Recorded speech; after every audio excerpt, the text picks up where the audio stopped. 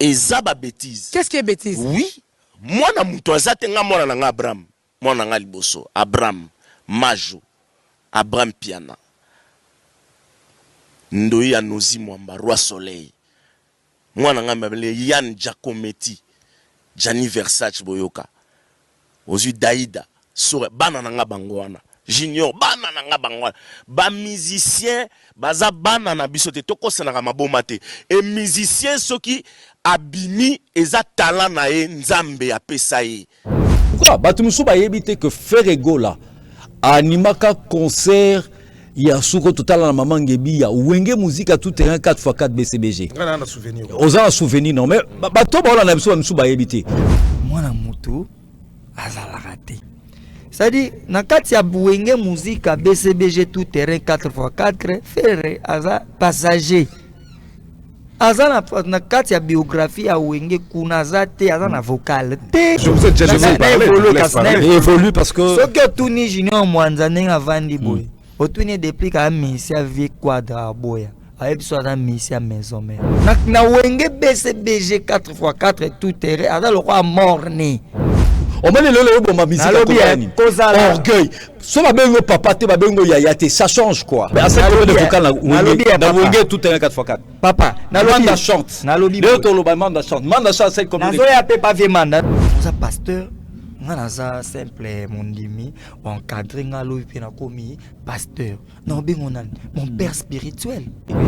Au petit exemple il y a ba pasteur oh ben papa moko encadré tout ça mais bango ba lobaka parce que ba na humilité oh papa la ngazali mais la musique na biso humilité ya te mais on veut wera lobi yoka kolela ya bana yo moneke exaucer na gladi ba royem. Donc tout le monde affiche, tout le monde veut voir latin zambala, tout le monde veut biso Adolphe latin zambala, tout le monde veut na biso Didier Masela. Fa ki tout le monde a payé ya munene. Soki ayemba ka na album wana. Bangaki bazwa epe batie munene. Munene koleka babindombe. Munene koleka vena biso Jackie. Ça c'est notre père de s'il vous plaît. Tous vous êtes tous en na grand wingi. Toke na na sansem. Aki nous déclarer badroit na ya grand wenge na sasem bobi ka ozwango te Elias azaki na BCBG to ka ba vocal na ye akei aye ko zonga na maison mère to ki pe ya vocal siko aza arobenga wera nani collègue to papa vie Emilia ba mizwaka bana ya wera wana nazolo babongo Alain Pela papa chéri ti le la zo benga nani c'est le dernier fils. Mais lorsqu'il dit le dernier fils, donc c'est bango bazaï ba papa. Est-ce que bana bazo yemba? Loko ezaki kolela ya bana. Yero yemba pourquoi loko yeba ke yaza collègue ya wera. Le fait d'être visible ou d'être invisible, cela ne déduit pas que tu n'es pas dans la boîte. Cela ne veut pas dire ça. Parce que je peux être dans la boîte, mais naza non visibilité. Wera na papa chéri na vie wera. Basenga mututa benga bango papa. Mais mututa ngazota la biso mo toyebi que celui-là c'est mon mentor. Billy Abel la Kilopatre, je salue en passant. Mentor neza nani? Taboulé? Non. Rochereau? Non. C'est qui? Abeti Masekini. Atikala ou pas? Mais oui, mais parce que Kester a s'est battu. Qui Kester a mwana ya nani? Ya papa Wemba. Bon. Donc souci ezaka ke wera bima papa te tonne. Non non.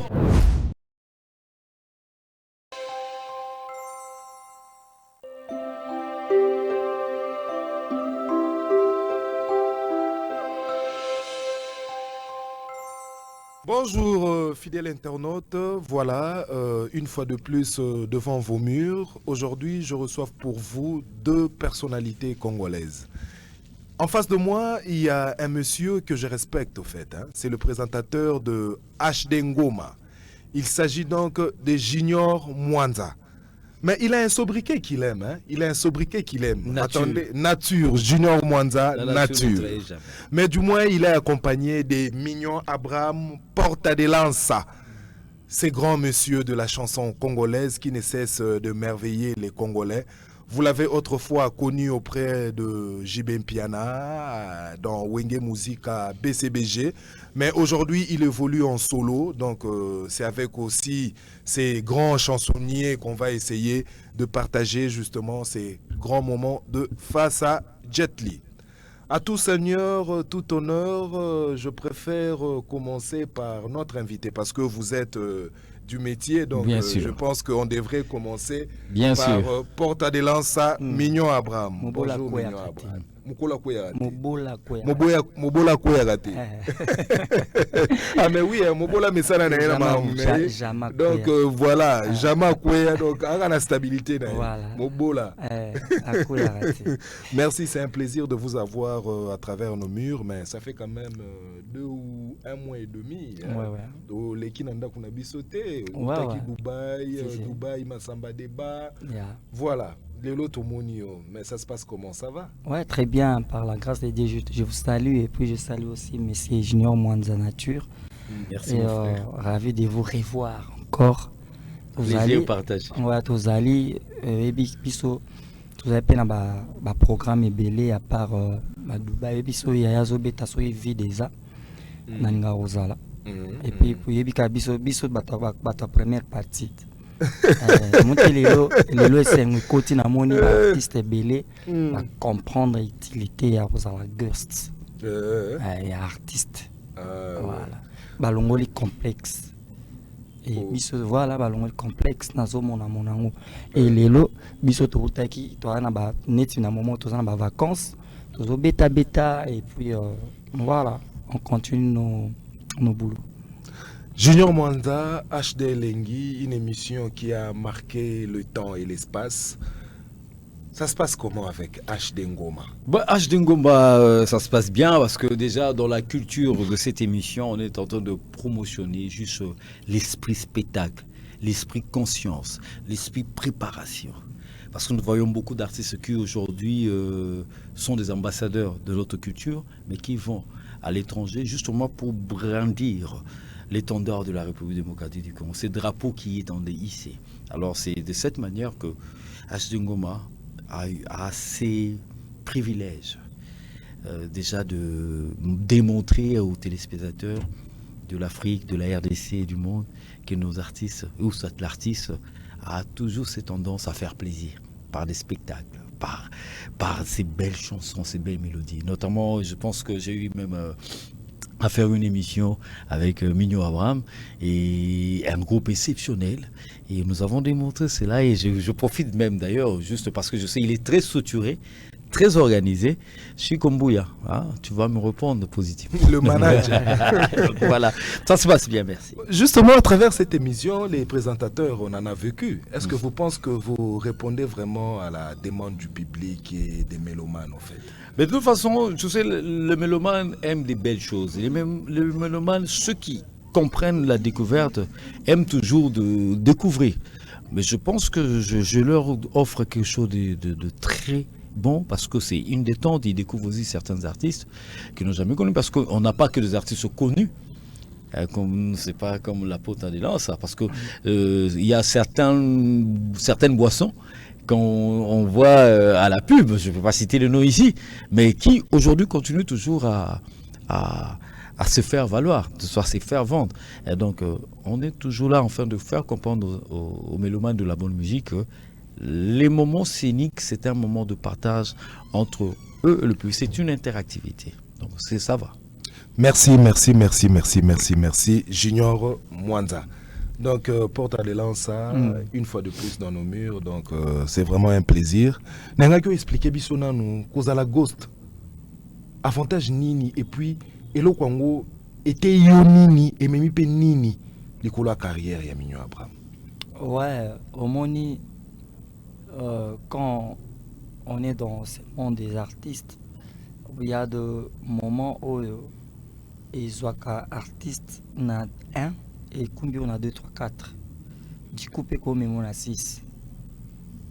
Alors, tant que artiste a mené dans un concert, ou à un fan base, ou à un vraiment méga star, cause à la gosse nae, ils ont mémélo parce que dans un concert ou un événement, on a un producteur bayak. À part le producteur bayaka ba mélomane bayaka o baye bioté. Alors donc il faut ça là au moins découverte moko déjà et ça pas pour un artiste. C'est pas pour rien mon ara ba compagnie belé sal sara ba tout bien on dit ba concours. C'est pas pour moi ba compagnie belé ça ba concours pour ebimisa artiste. Alors place wana eza lwa osape concours moko boyo koti na kati ya challenge moko parce que ku guest eza mutu moko te ba première partie wana eza mutu moko te bo sala ngo ebele. Alors les producteurs sont là en train de voir les énergies des artistes, c'est que l'artiste dégage so pesa oza musano déjà bien ozwa makambo yenga et memelinga déjà ba producteur basage déjà dans ma porte, je me suis déjà 2 ans là pour parler et aujourd'hui on a après surtout après album nanga netozo bimsango sorti nango eza na novembre passant nord tango obima batba osepela. Mais du moins je vous ai invité aujourd'hui pour te mettre au solo là. Ça fait débat au fait, hein, à travers l'internet, je crois que même à travers votre milieu, parce que Bino Batoa, il y a TVD Tolobara, bien que je viens de là, Bino Batoa TV, bo minimisarabiso moi mukebiso Batoa internet, parce que vous êtes fiers na Moussala na Bino, vous vous dites que vous êtes journaliste et nous on l'est pas, bon, c'est entre guillemets, mais voilà, il faut faire avec. Mais du moins, ça fait parler, hein? JB, Wera, le clan Wenge, donc voilà. Nalinga qui, na Mignon Abraham, y compris aux journalistes, Nalinga qui n'a musicien, nani chanteur moko ou alors un artiste, n'a pe mutumoko asala ka chronique musicale pour que tous ensemble, tout meka un peu, ko solo là, ou nyo sezoleka à travers l'internet. Faire Egola à travers une sortie médiatique, à l'obi que Weranson aza kulutu nae, aza papa na été. Na bandana Mignon Abraham. Ouais, obi que ne biso za ba congolais total même ba congolais. Moi je pense que je sais pas si on va encore développer. Ma réponse est à la CAC. C'est faux. C'est faux ce qu'il a dit. Weranson, il est et il restera son père. Mais qu'est-ce qui vous fait dire ça? To megana ko solo la pena. Na lingi pena to solo la pona ba kinwa balanda. Do to zona lo poto na biso nyonso to bomba na pemeni to kota pena na indusa ba kinwa balanda biso de fond en comble to yeba pena likambo ya nini. Donc est-ce que wana eza avis nanga? Alors na avis nanga ça dit opinion nanga. Et cause à l'opinion nanga Québec cause a peu bato c'est na lobby bato ba comprendre que yé abeti penza pembe na ndenge pena ya pembe ça vraiment père na il peut ba preuve nango eza so na bina bana ko développer ngo voilà na habité avis nanga et puis rose peut-être avis na haute rose avis à Junior Mandela. Bon, avant qu'on puisse continuer na lingi to sukaka na niveau na no suki wana Junior Mwanza, est-ce que Feregola aza mwana to aza leki ya Weranson? Bon, moi ni likamona eza na 2 aspects. Parce que eloko liboso lenga la rectifier. Bato basala internet hein. Ba moindre te. Mais ce que intelligence on do même la makam na yo, depuis ça rose à la valeur. Biso bato la télévision claire on minimise pas. Mais ba vu on des alarato. Oh ça l'émission no kitu. Ça dit une introduction mais yoga c'est combien de baba émission internet au total la introduction kuto aboiza. Ya million na habité. Non. Buzoba. Ba ma bêtise. Mais quand je suis avec Jet Li, en face, donc, à mon oreille, à la paix, ça nous qu'à mettre. Au moins, il fait, à collègue à Ouera. Impossible. Nazoya, au lobby na katiote. Nazoya. Au moins, dans la vie collègue, il y a 2 aspects. Dans ma réseau social, quand même, papa chéri, le Ferré, Aza, dernier fils. Wenge Musica, tout terrain 4x4 BCBG. Vrai ou faux? Et Obama et puis to yebi. Pourquoi? Batumusu ba yebi te que Ferrego là animaka concert il y a souko total na maman ngebi ya wenge musique à tout terrain 4x4 BCBG. On a souvenir. Aux un souvenir non mais bato ba na biso musu ba yebi te. Parce que ça bon moko générationnel. Bah on comprend de te que et puis et souka wana te après prestation wana il y a eu un kermesse. Ah ben ça fait la kermesse tout ça. Mais avant ça dit que tout le monde a et wana. Pour arriver à recommander tout dans la studio Maman Ngebi, il fallait participer aux alara tout le temps actif dans la répétition et tout pour le répertoire il y a cri. Ça dit que en tant que dernier fils, il était collègue de Jibem Piana, Werason, Didier Marcela, Blaise Boula, Emelia, Alain Pella, Ozui Ficaré, tout ce monde-là. Mais lorsqu'il y a eu dislocation, il y a un groupe Wenge Musique à Maison-Mère. La plupart va faire arrêter. Tant que BCBG et Ken a une grande partie majorité. Mais la Wenge Musica Maison-Mère et Tsigaleka Adolphe Dominguez, Didier Marcela, Werason et puis Ferré. Ce casquette au Ferrazoi parce que question plein ami posaka. Parce que tant que le bon temps azo tenu compte parce que tant où il y a Azali na Maison-Mère, c'est parce que il est en même temps collègue de toutes ces personnes, mais lorsqu'il y a une philosophie comme c'est Wera qui a juste pris la commande, et c'est d'une manière philosophique, d'une manière objective, Abimaneti Papa Nae. Et c'est marketing, et c'est stratégie. Mais moi, c'est mon avis en tant que chroniqueur musical. Ferrego là, Aza, collègue, il y a Bangotou, parce qu'il est le dernier fils. Nandenga ya respect zaki neto ya pirivier wana na cadre ya respect par rapport à âge wana vienanga mais nandenga boulot est-ce que neto toi boulot tu es un confrère comme moi est-ce faut na bengo petit ou bien yaya ya mamile la to benga ke yaya ya mamile la ya par rapport mais ça collègue de service Bano Belé baba collègue de service mais soit une communauté commis ce qu'on a structuré tout na hiérarchie bien par rapport à la philosophie je dirais c'est lui qui est mon mentor. Bon, j'ai envie de développer un peu tout mais ça c'est mon opinion.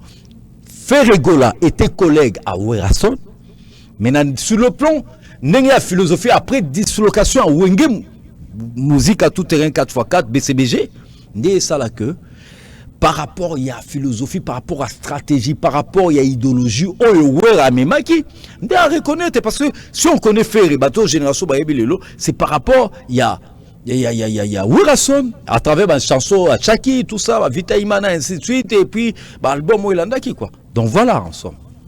Voilà. Mignon, ça semblant. Hein? Mignon Abraham, je crois que l'année intervention il y a Junior Mwanza. Qu'est-ce que dit Mignon Abraham? Parce que Nakataki. Ouais. Na occupé nature nenga lobby. Ngala lobanin. Ngala artiste au fait. Mais ils ont pixangate na lobape. Ouais. Owebi Kalate awa pembe bandi pembe donc bazwa kiti va vanda liboso kalate awa bane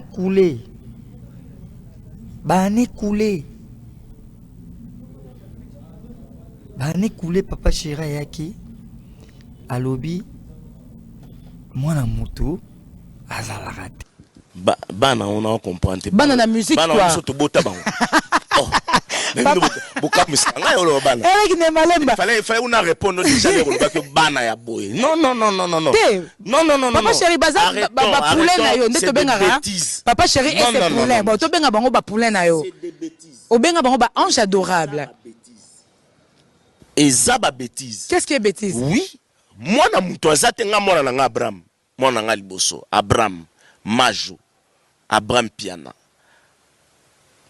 Ndoi Anozi Mwamba Roi Soleil mwana nga mabele Yann Giacometti Gianni Versace boyoka ozui Daïda sore bana nga bangwana Junior bana nga bangwana ba musicien baza bana na biso te tokosana ka maboma te et musicien soki abimi eza talent na ye nzambe apesa ye eza talent na ye na chance na ye voilà bon le bagate que musicien ya mutu bo mwana ya mutu ba abimi na nini mutu abimisa mwana ndeni mwana na yo bon so mwana no yo bota ibanda ko yembisa ebimisa ko mutu eza chance ya mutu ba faire wana eza ba chance na bango talent na ye fali oui chance na ye talent na ye abima biso toza ba collègue comprendre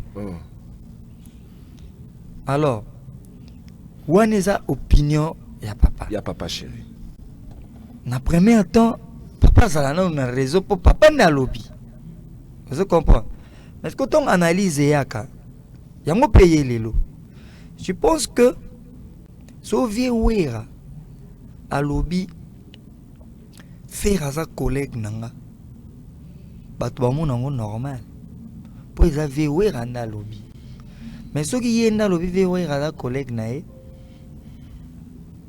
bato sko pe ba siliki vous comprenez mon place bato ba siliki parce que ngana lobaki papa chira papa abiso mais pourquoi pas tout faut basile ngana lobaki papa chira papa na biso oyebi ndenge mokili za kati ba traitanga mo genre to ba collègue te c'est impossible na ko za collègue papa chira na kana biso eza ka mususu mais kawana ngana yebi biso awa to betaka ndule bi combien de musiciens balika na winge maison mère so ebiso ngana kana winge maison mère ba te olika na maison mère te et pourquoi oboya e po ema na album ta kozala artiste oyo bako opprimer yo batie yo ke dio yo tomba osala biographie à orchestre wana baba ke dio alika na orchestre eloko ezo justifier ke dio alika na orchestre eza concert eza album ko boyelanga nzembo nini na grand wenge 4x4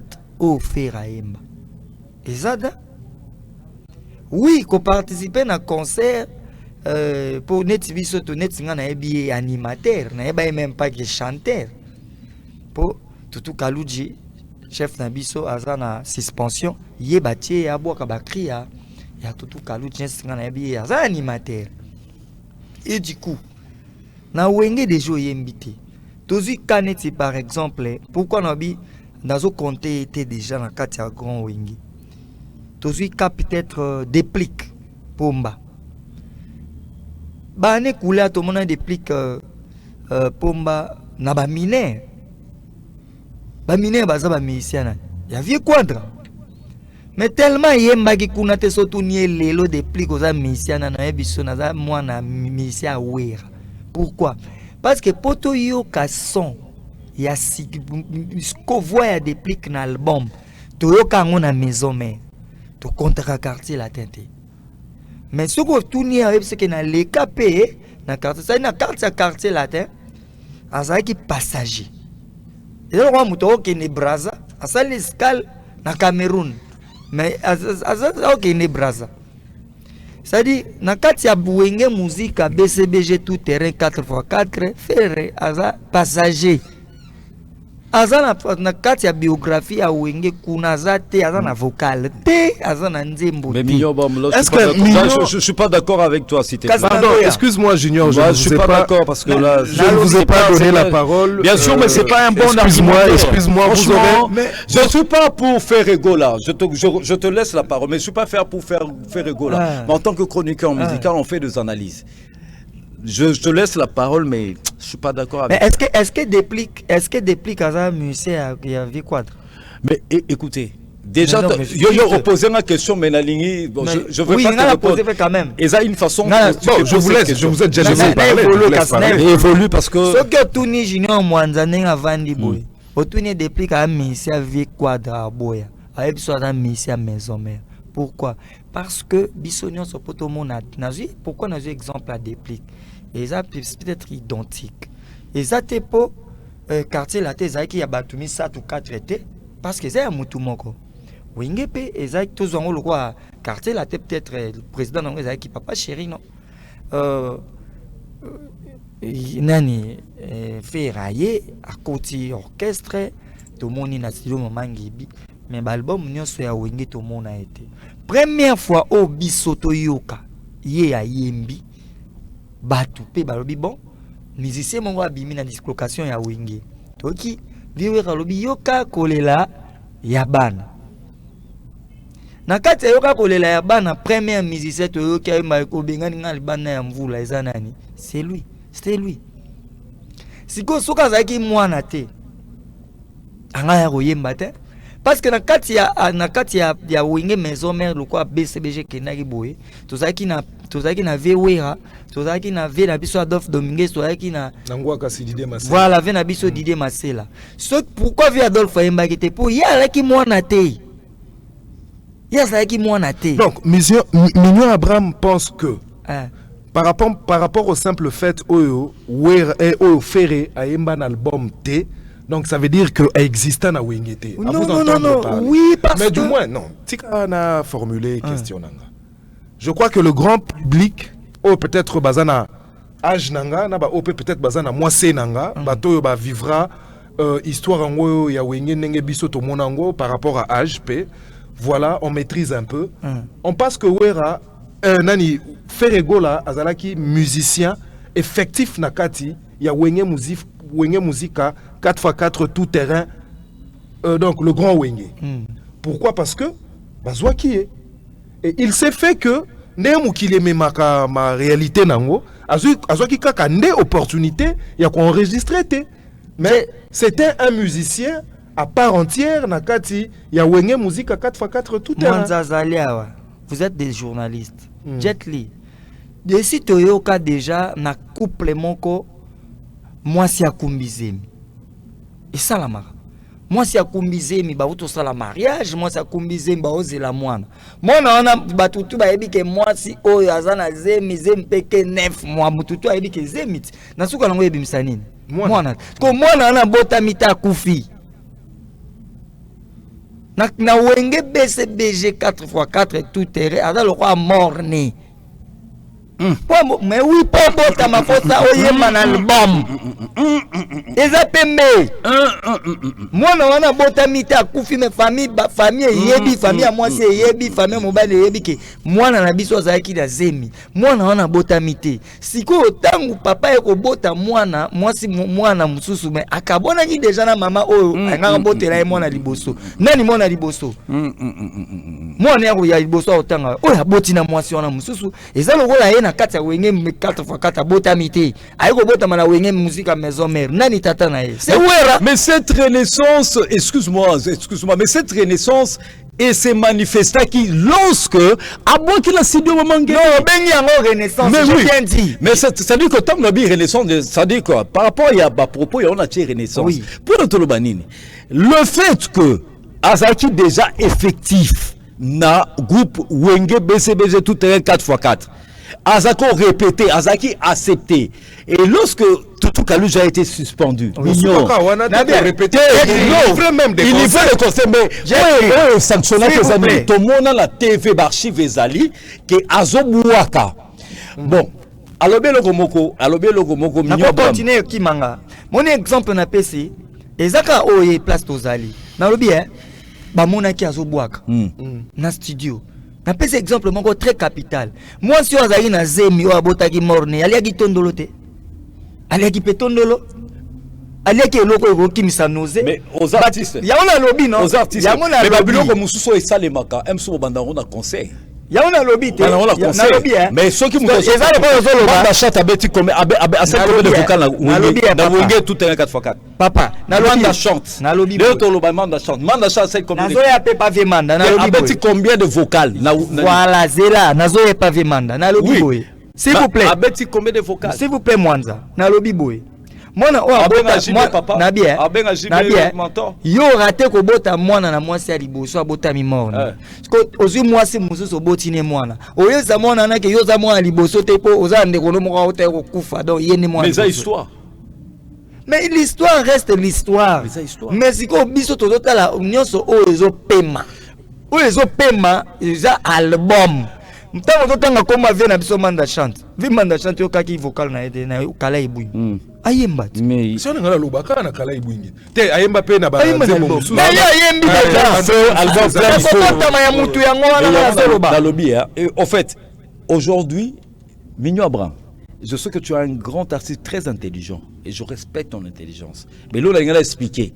Jet Li, Nabato Baolanda Biso, va comprendre le logo Moko. Au moins, tu as la guerre générationnelle. N'a pas pris exemple Moko. Abeti Masikini, mentor Néanan. Gérard Akwesson. Gérard Akwesson, mentor Nayo, Salikabi. Papa Naye. Si, je comprends ça. C'est de la proposition question, mais parce qu'on n'a pas de déontologie. Mais est-ce que Abeti Masikini a été découverte? Et ça par rapport, il y a un concours organisé par Gérard Madiata, tu vois le. Je ne suis pas un bon chanteur là. Gérard Madiata, paix à son âme.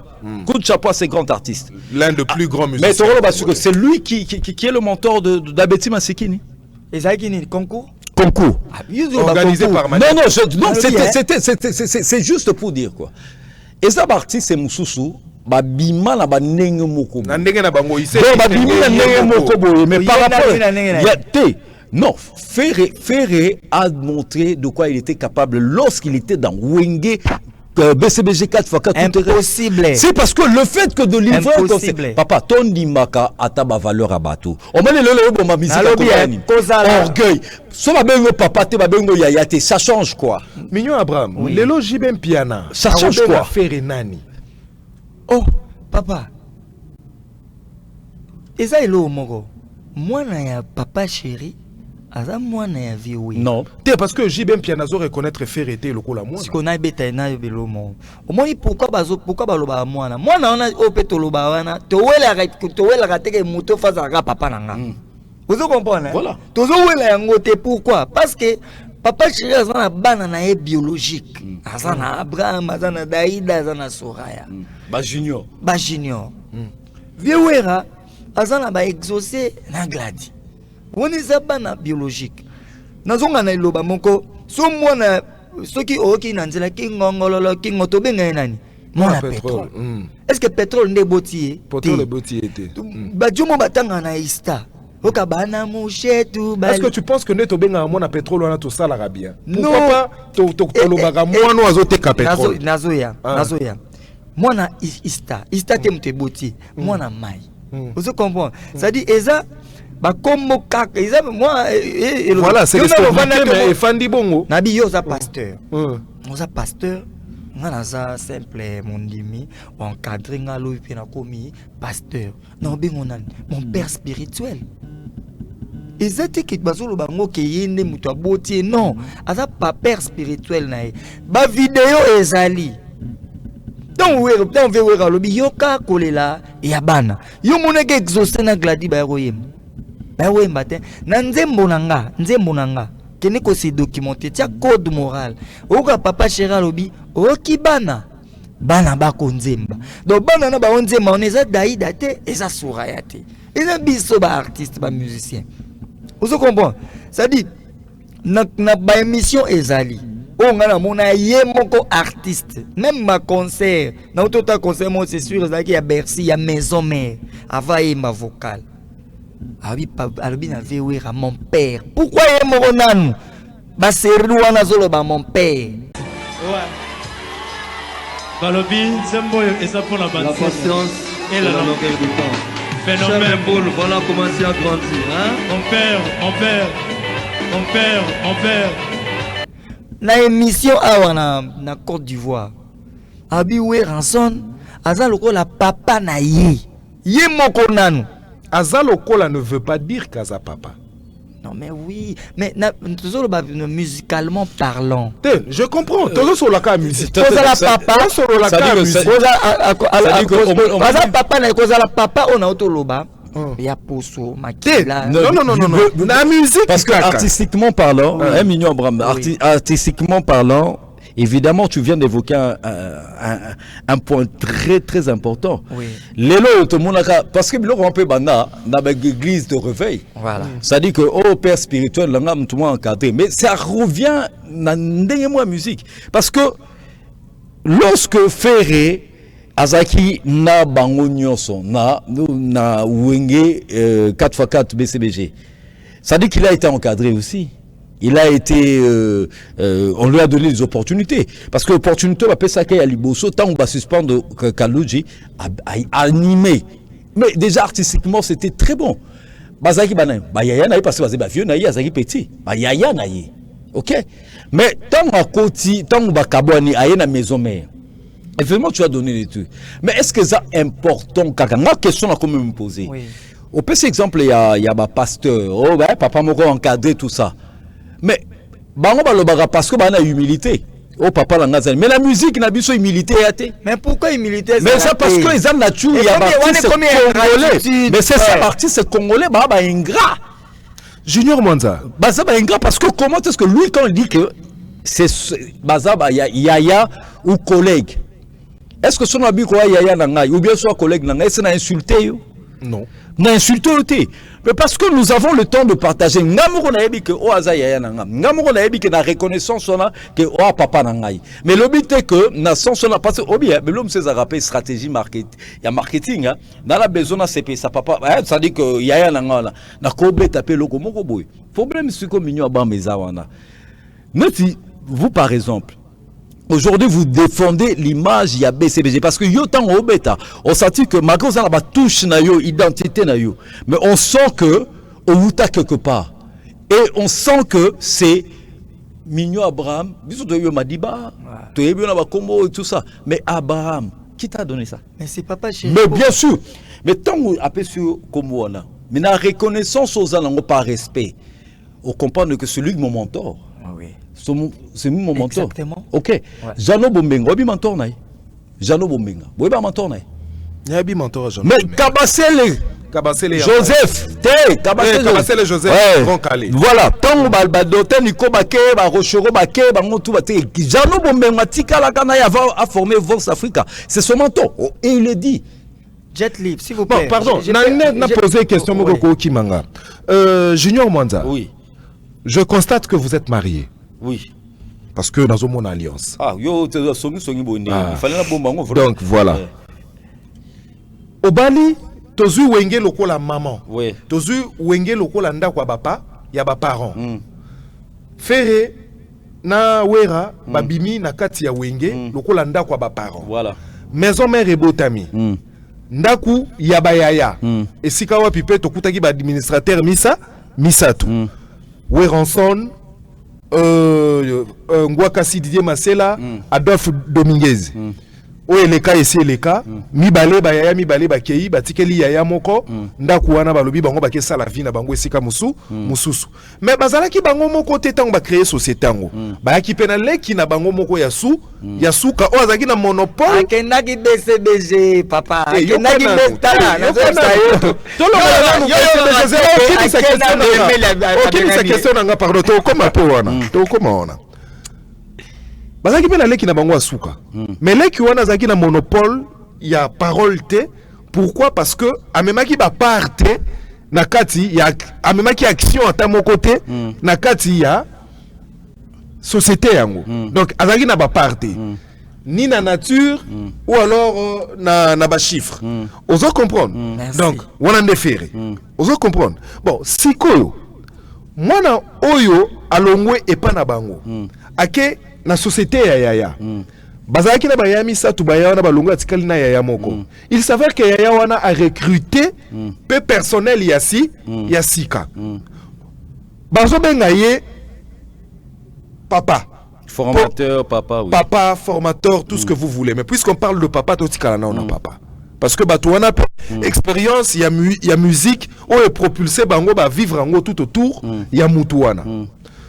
Faire épée, nanda kuna bango ndenge bazalaki, c'est vrai, a komaki a découvrir qui musique. Mais ko vivre bonheur il y a musique, à vivre en nanda kwa yaya. Et il s'avère qu'à travers la sortie médiatique, natango zalaki nanda kwa yaya, abenga yaya papa. Ndenge bana nyonso bazaki ko benga yaya papa. Yo lobini na likambo. Mais ce que moni tango obetali solo déjà tant to anda ko moko to ya to zaba ya na ngai. Mais dans la part héritage pe non. Même si atana bimisi mutute. David azalarapi. David car David otobela roi David azalarapi. Mais c'est pas lui ses grands frères ba ndoko vana la palais yazo vana na zamba. Faire un David avant la Zamba. Ça dit que le fait avant la Zamba, il y a un maman qui est non, attends, héritage. Ça dit que tant que y a papa, il y a un son temps à Sakasaranete, tout le monde rappelle à ma famille. Ah, il y a la biso, moi, c'est beaucoup la biso. C'est ça, non? Et ça, et l'Obamaka. Mais c'est lui qui n'a pas yaya, mais en même temps, n'a pas maman. Il y en a qui ont deux aspects. Si aujourd'hui, toi qui n'est que Ferré était le collègue, mais sur le plan hiérarchique par rapport à âge, ça y est, mais Bazaki ma collègue de travail. Pourquoi on a honte de le dire? Mais il y a beaucoup de non, mais tant ailleurs comme Asuko papa colisier. Mais par parce que quand on dit ça, on a 1 million Abraham à lobby, expérience même, il y a musique, il y a solo. Enregistrement, il y a Liboso, à Saliango. Mais pourquoi il était devenu chef d'orchestre? Pourquoi il était proche? Non, ça dit que Ezaki, non, je suis Telangaï, pardon, mignon. Non, je suis Telangaï, au moins, il débat au Kenango. Ils ont abouti, on n'a rien. Il faut qu'on comprenne que il y a une entreprise Morona Mignon, même s'il est mon chef hiérarchique, mais toi, ma collègue, même s'il a une certaine expérience, oui, je dirais mon mentor, mais en même temps, on est des collègues. Ça ne change rien. Il y a ma gamme-sou, on a dit que mission est temps, ton solo là. Non, mais ça bloque ce soir. Tozana makambo solo là. Mignon Abraham, je te laisse intervenir. Peut-être les temps au lobby, na saisir et l'eau mon lobby. Papa, moi na poussa nisko. Obi bien que tant waye na ton maison mère eza, maison mère bandisika. Biso na bino tozala kiawa. So ba bimisi affiche. Est-ce que vous savez que vous avez pas outaki grand wing? Tu vas avoir mon œil. Vas avoir mon œil. Vas avoir mon œil. Baby kaza moana. Tu vas avoir tiens affiche wanata. Fait que ton dit map qui lé qui ba outaki penda wing série wana. Donc tout le monde affiche, tout le monde veut voir la tin zambala, tout le monde veut na biso adofa la tin zambala, tout le monde veut na biso Didier Masela. Fait que tout le monde a payé à munene. Mais non, à l'époque, avec Ngouma ou Adolphe, Nani. Non, kasi un exemple, on a na pesi ya bapar. Voilà, on a lobby, on a dit, on a des rature, il y a kozanga koyemba na album. Est-ce que tout est bien? Tout solo. Des rature, il y a kozanga koyemba na album. Ce qui a yemba na album wana. Bangaki bazwa epe batie munene koleka babindombe munene koleka vena biso Jackie suko tali afnini affiche asola bien au mon avis Adolphe n'avait wera ngwa kalsama batio yepe kuke kuna na ba master mwana vous comprenez suko tie wana au mon ke azaka ka mwana comment vient comment vient na biso Alain Pela et puis il s'adresse à qui? À lui. De lui dire que biso, yé à mon jour, y a date, na moment.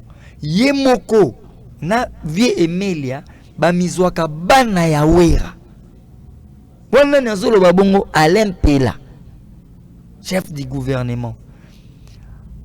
Yé soka lobi bongo boni ye. Faire.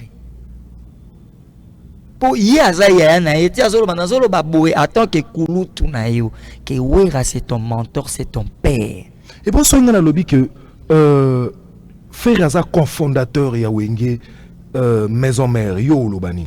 Et c'est impossible d'abord pourquoi? Parce que ngai natala yemoko aloba na vie meli avanda na plateau lobby et apembe abi ayaka BCBG vie Didier Masela.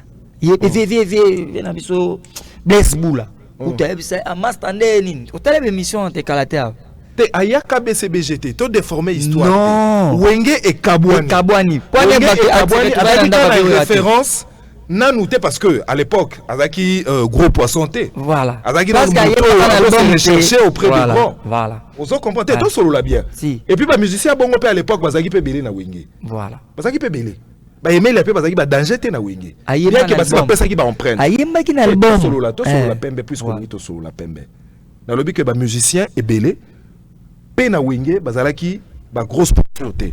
Bien que ba se démarque qui déjà. On peut sauver d'exemples, mais on n'est pas là pour citer des noms. Vous comprenez?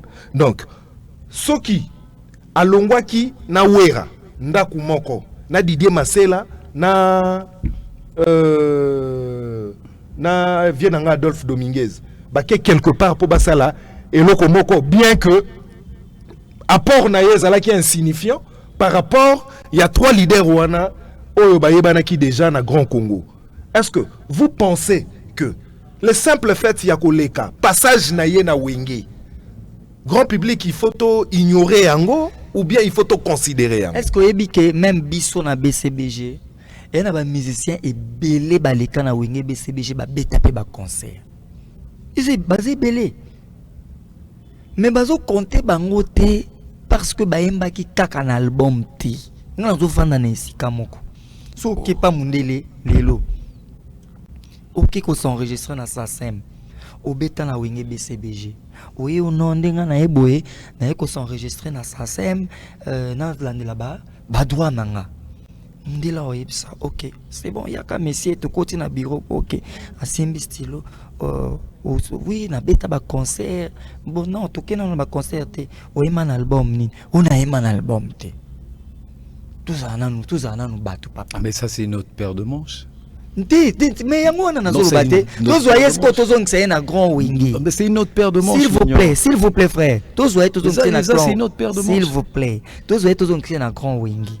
To kena na SACEM.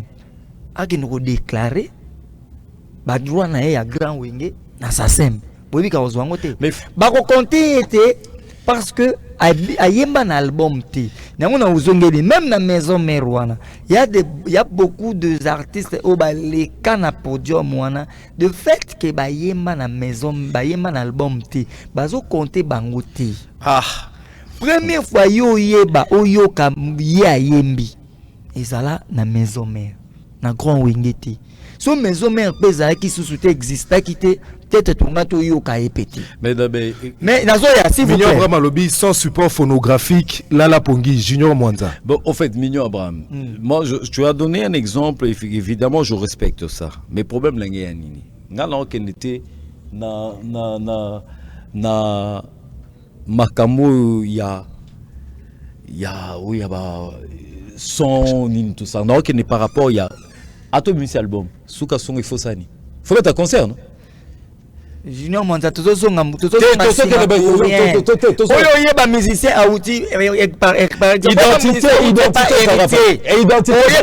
identité ça va par rapport à nini mais avant même ata mususu pe ba présenter na concert que hier azaboye boye c'est pas ça. Parce que c'est que depuis Kazan c'est avec Quadra. Mais non, mais parce qu'il n'y a pas des archives, mais fait rigoler. Il y a des archives. Papa bête là concert, Emilia Sukoi. Tu as parlé tout à l'heure. Emilia alias. Azaki na BCBG to ka vocal na ye. Akei. Aye ko zonga la maison mère to ki pe vocal. Siko azab arobenga wera nani. Collègue to papa. Déjà Emilia avec Okuta Alain Pela, je pense. Non, mais ça parce que attends Okuta, mais Alain Pela. Alain Pela. Na Emilia. Nazoya s'il vous plaît. So Alain Pela vient à chef du gouvernement. Na ve Emilia. Bazo malgré ba uta grand wing.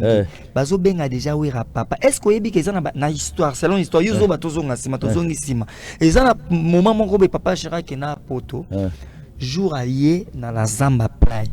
Ba Emilia alias ba telema ba obela papa ye nzale sili.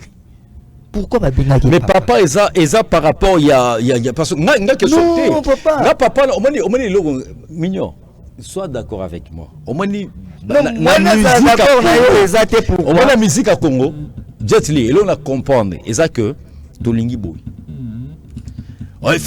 Babengo papa, babengo yaya, bakoba mentor. Ça dit que ça change quoi en fait. Parce que réalité, ça va faire aux Salema Lelo. On s'est dit que Ferrego là, qui a été dans Wenge 4x4 BCBG, on a fait preuve na logo ça dit que preuve na yezaki nanu concert Rwanda il a donné le meilleur de lui-même et même quand la vidéo tout le monde a tebanini papa chéri il est là c'est le dernier fils mais lorsqu'il dit le dernier fils donc c'est bango bazali ba papa, on peut dire ça. Te wengeza maman. Wengeza papa. Non, mais quand on y so bada bana ya wenge. Voilà, les deux ça dit que l'axi bazar. Donc yemo ko paza mwana na kata wenge papa chéri. Donc cela veut dire que il a donné quelque chose éthique à la peine à l'archive ou il m'a capé. Parce qu'il ne concerne pas ni à boire capé ma bé. Hein? M'sol Niazalari aujourd'hui. Ayo comme à la maison mais dans le monde on tourné kara nani. Vous ne pensez pas que quelque part Jibem Pianapé ne mutamemi moi zizani autour au monde tout autour de l'histoire. La réflexion. Pourquoi je dis cela? Je pense que Papa Chéri est libre de penser comme il veut. Voilà. Mais aujourd'hui bah retomber nango eza par rapport au Tozoyoka, à tout ce qui s'explique. Mais tout ce qui s'explique. Mais le prophète, moi j'apprécie parce que Biloko Aboyfo ça la pour changer génération Zoya. Parce que moi quand moi il y a faire un générationnel. Ça dit que la génération peut Zoya va comprendre que même donc, si tu peux comprendre. Non, voilà l'idée peut-être il y a Mignon Abraham. Ba vieux wera, na ba papa chéri bango baza ba collègue na biso. Baza ba collègue na biso te. Non, c'est différent. Baza ba mentor, il y a ba musicien au bango ba bimisa. Bino c'est différent. Muta bimisa faire et c'est wera ensemble. Vous c'est baye papa. Non, vous c'est différent. Et puis et après, s'il vous plaît, et après, na concert musu totali. Cher des poules, voilà comment tu as grandi. Voilà comment tu as grandi. Nous avons une seule question. Nous avons une seule état de réflexion. Face à Wera. En quelque sorte, non bien. En quelque sorte, tant que déjà yemoko evi Emelia, azo benga na vina biso fan de bazo benga ba vina biso ba papa chéri ba vie Wera lora ba papa na bango. Vous imaginez, Aza papa leg nangat. Aza nga akos grand frère nanga na kati ya wenge. Et puis yes ikoyo bango baza ko ba leki ponga na zolo ba opprimer na musasa di oyembi na album baza lokwa ba yaya na bango. Donc vous faites une état papa. Mais kaka bango mo ba lobake. Po za mwana wenge papa joue ngaka na yo kaka album moko na oki vocal na ye. Na ba non azapina collègue y avait Wera c'est-à-dire aza mwana ni te. Au premier fois biso to yo ka na mokili oyo ndenge ya mokili ase. Muto alakisa biso e alobi yoka kolela yabana ye ayako masko esika bana bazo yemba loko ezaki kolela ya bana ye ko yemba pourquoi loko ayeba ke yaza collègue ya Wera mais déjà il faut comprendre le format oyaki la maison Junior Monza au Salaka na Congo Web. Oui. J'espère que osa reconnu le la présentateur il y a Congo Web parce que tout le monde a qu'on a TV. Voilà. So tout le monde a qu'on a TVT et que quelque part aux obété la batuli solo ko Salaka na Congo Web. Est-ce que tu penses que batona benga bandimo? Papa. Balinga bandi babso na lekarate balinga bandi maté il y a certaines histoires au Tokolo bandé. Le fait d'être visible ou d'être invisible, cela ne déduit pas que tu n'es pas dans la boîte. Cela ne veut pas dire ça. Parce que je peux être dans la boîte, mais Naza n'a une visibilité. Mais c'est différent d'un concept au Jet Li. Non, c'est pas différent. Non, attendez, parce que... Non. Souffle un peu, mon ami. Souffle un peu, mon frère. Papa, tu vas l'appeler la chaîne à télévision, hein. Nakenara tous les jours maintenant dans les karatés. Mais va faire ça en jacquarte. Vous imaginez, maintenant, non, on espace T. Mais j'ai la carte et puis on a l'assistant à la Bamakambutu et les caca. Vous imaginez? Mais comme je passe dans quelle chaîne? Même si je ne suis pas encore visible, mais je suis dans telle chaîne. Et tout va en haut. Mais ce qui est par rapport à Ferrego là, c'était différent. Fallait pour pas. Moi, tu sais, moi j'aime l'humilité. Hein?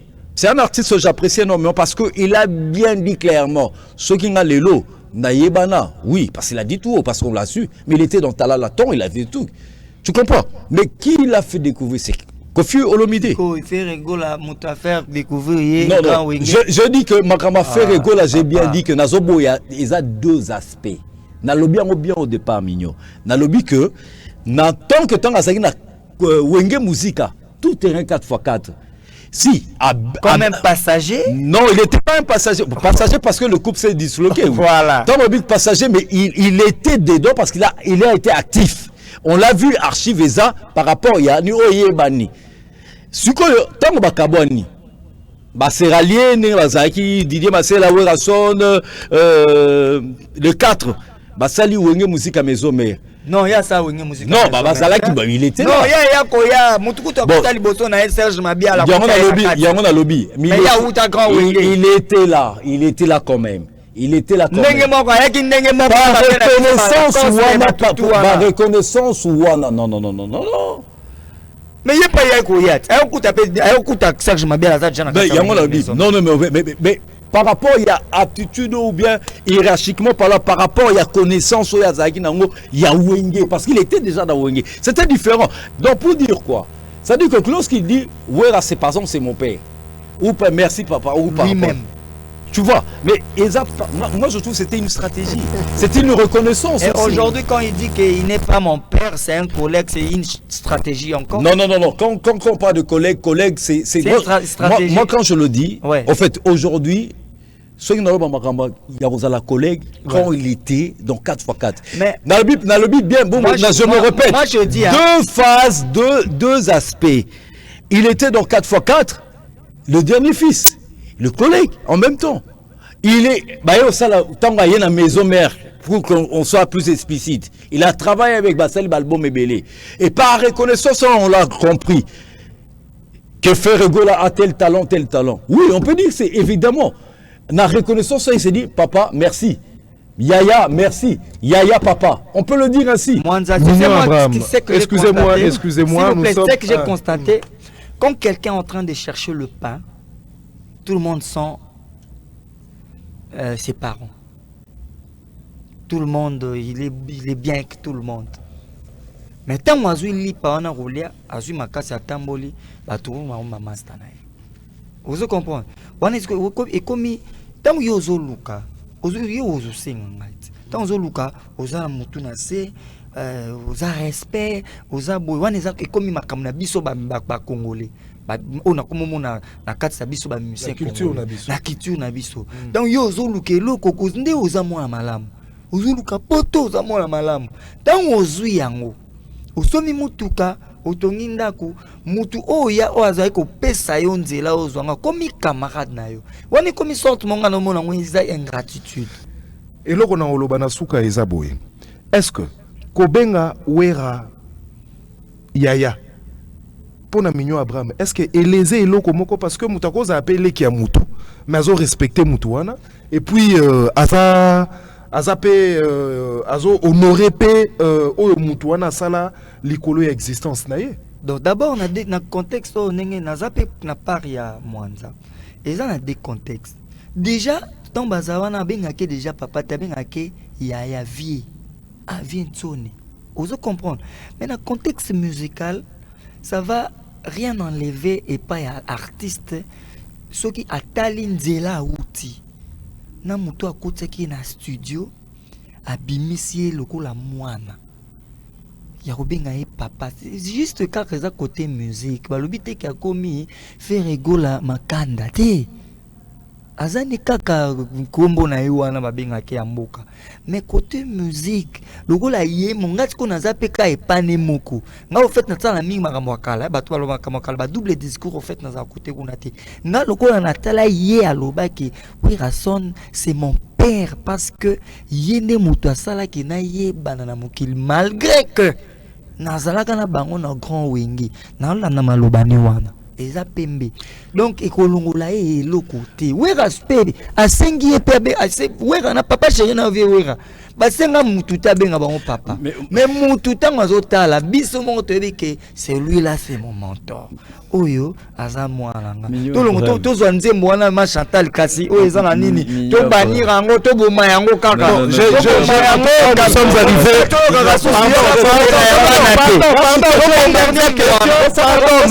à la fin Mbili Abel la kilopatre je salue en passant Mentor on est à Anani Taboulé non Rochereau non c'est qui Abeti Masekini oui Azara danseuse kuna mais non attends c'est l'histoire parce que c'est l'histoire Mbili Abel Tongo Azaki n'est pas un groupe Azalaki Ayaka en tant que chanteuse mais comme Azaki na chant Azaki peut na danse Et après, mais lorsque la danseuse, le principal, va accueillir, Biliabel, elle a fait dans Njili, dans le quartier 12. À la fin, non, attendez. Aïe, accueilli, qui qu'on soit pas Nani Abeti Masekini. D'ailleurs, comme danseuse principale. C'est vrai, mais Azaki d'abord, n'a pas Abeti Masekini. Les redoutables, comme un groupe, voilà. Les redoutables. Non. Elle a mis du temps. Le groupe Abeti Masekini, les redoutables. Elle avait chanté. En même temps, elle était la danseuse principale. C'est ça le problème. C'est-à-dire que ce que tu remets à Betty Massika, ça mentor, on a été tout mentor. On a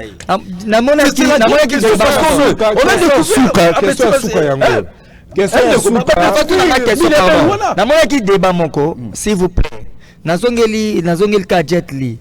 Après si biso histoire, ya bato pe baebi histoire ya l'artiste té. Mais bato pe bae vient mso Rochero.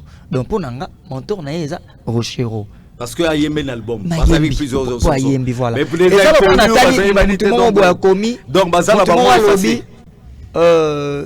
Bango effacé. Papa Wemba Kutu abenga vie question général azamwana na été.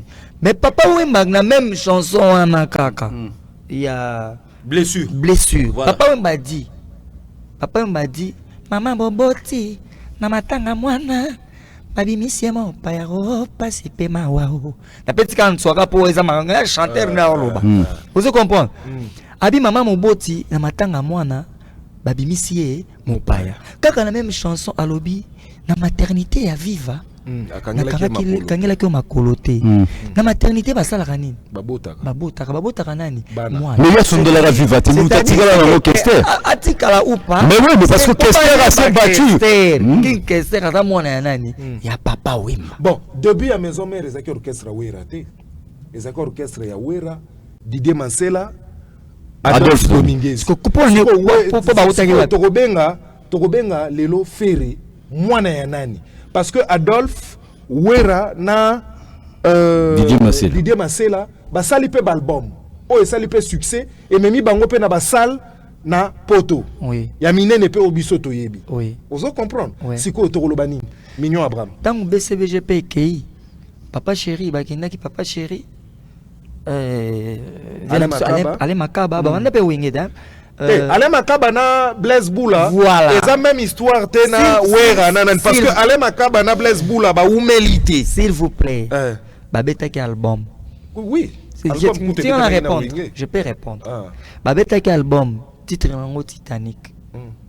Le président c'était Papa Chéri. David batu tout on a bati kali o ba eko tabasha inga avec Papa Chéri papa. Yeba que tomba beti intervention rapide BCBG beti Titanic. Papa Chéri pas gagner pe na ba ba ute na Wingate. Ozo comprendre. Wingate pari ba misi. Ozo comprendre. Ko tant ngana ye nanga moi maison mère. Et ça quand même histoire. Président c'est qui?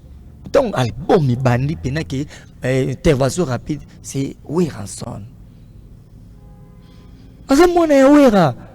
Donc Wera lobi yoka kolela ya bana. Mais c'est orchestre à part entière. Non, mais ça, il y a deux tendances. Il y a deux tendances. C'est-à-dire qu'il faut qu'on accepte ça. Mignon, acceptons qu'il y avait deux tendances. Des tendances de quoi? C'est-à-dire que par rapport, il y a qu'on en a 4x4, tout terrain. Le dernier fils collègue. Moi, je prends ça dans un collègue parce qu'il travaillait avec le collègue. Comment orchestre nini? Wenge musique. Tout terrain 4x4. Wenge musique à maison mère. Oui, je répète dans la zamba. S'il vous plaît, Wenge musique à maison mère. Le collègue zagi ya bango misatu. Parce qu'on neni bango tamba longwe, vie Adolphe longwe. Vie Didier Massela longwe. Yango tika liga maison mère neni. Fais ba longwe lango ba kende. Mais est-ce que c'est qui consensus té? Est-ce que c'est Ferry qui a porté maison mère? Non, non, mais écoutez, moi je trouve que Mignon, Jet Li, Nabato Baolanda Biso, Tolongolana nous et locaux. Donc, souci Zaka que Wera bima papa tétonné. Non, ça dit que na babenga Wera papa, babenga papa chéri papa, babenga artiste seigneur so papa ou yaya, nazo mona ke lelo, nazo mona lelo, na mona ke tozo faire couler la sali pour rien. Ça n'a pas d'importance. Le problème c'est un respect n'a pas valeur. Voilà. Donc c'est que le respect n'a pas valeur. Valeur. Weranson a pesakaye. Respect au Weranson a pesaki en tant qu'artiste. Ça zongi c'est la épée en ça zongi c'est la quête. Pour la Yemba vieux jaloux. Non, pour la Yemba vieux jaloux. Voilà, c'est comme je venais de dire tantôt, nous sommes arrivés à la fin de ces grands moments de face à Jet Li. Voilà, la télé, c'est aussi le temps. Donc, le temps qui nous est imparti a pris fin. Donc, voilà, grand prêtre, Maloba Souka. Ouais. Et Zaraya Souka, par rapport à ces circonstances, pour tout le monde en Akaka, Malobani nous en a pour Lelo. Ouais, pour Lelo, merci beaucoup pour l'émission et pour le développement. Avec les artistes Azala, Amérao, faire développer moi Lelo. Et surtout, pour la moi, papa chéri les gars. Et donc, il y a mon route les rangati noya. Et là, il y a Souka, Yosko par rapport à faire aux amours, non, oh. Yaya. Donc voilà, on a le 30 Oyo, le vendredi déjà, on a 1 des 3 comme d'hab. Les 30, on a Académie des Beaux-Arts. Le 31, on a ABC, on a match contre Maître Busso, la mignonne, le mignon. Na ABC Group, il y a le boss Victor Bosoku. Donc pour moi, on a déjà un débit, il ne pas bien un débit. Donc tu gagnes, tu invité, tu belé.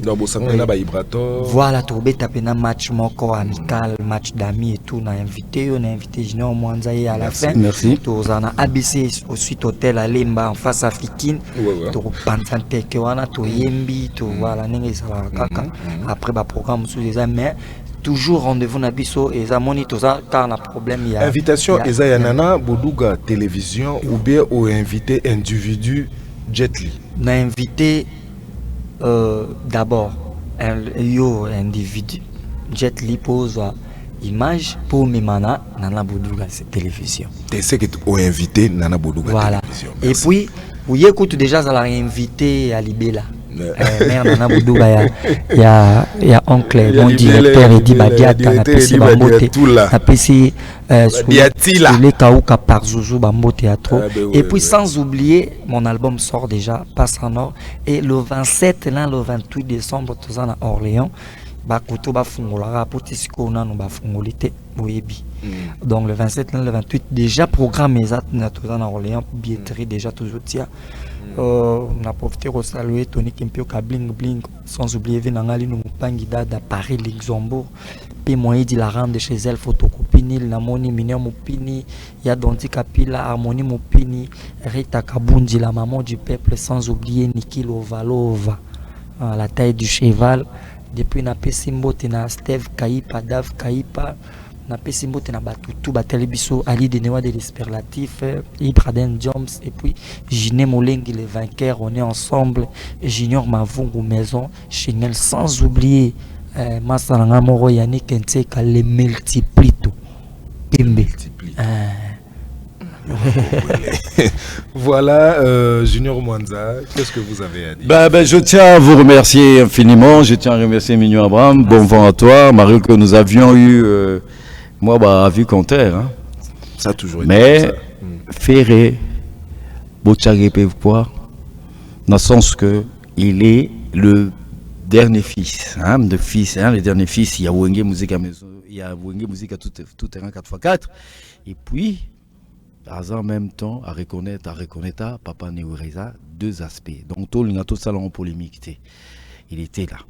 Alors, nous remercier en tout cas pour ces belles émissions. Merci à Nana Boduga, la tête pensante. Merci à Edi Badiata. Donc, comme Mikolo na yogagi na kuli c'est impresario.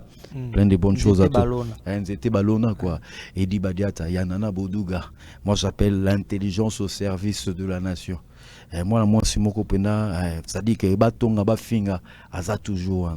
Donc c'est important. Mikonjoli, Lingala Fassi, enchanté de te voir, merci. Je n'oublie pas de penser à l'honorable Alita Chamala. Pas honorable était parce que à ce genre de parlement on a Sénat. Merci à toi en tout cas. Papi Nginama au commissariat Maloba. Roli Mandia on zeta Malili, soif de servir les autres. DJ Mabel Balobi Longe Bar. Chez Yamatou, Georges Monson Lombo, en tout cas, plein de bonnes choses, toi ainsi qu'à toute ta famille. Docteur Rogino, autrement dit Mobutu, en tout cas, plein de bonnes choses à toi. Merci beaucoup encore Jet Li.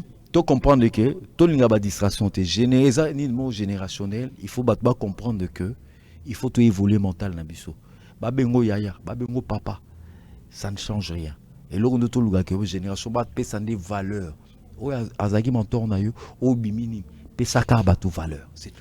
Mignon Abraham ngolo belo mo asuka. Donc na ko bossa na te na l'équipe sans oublier Malara Diabou.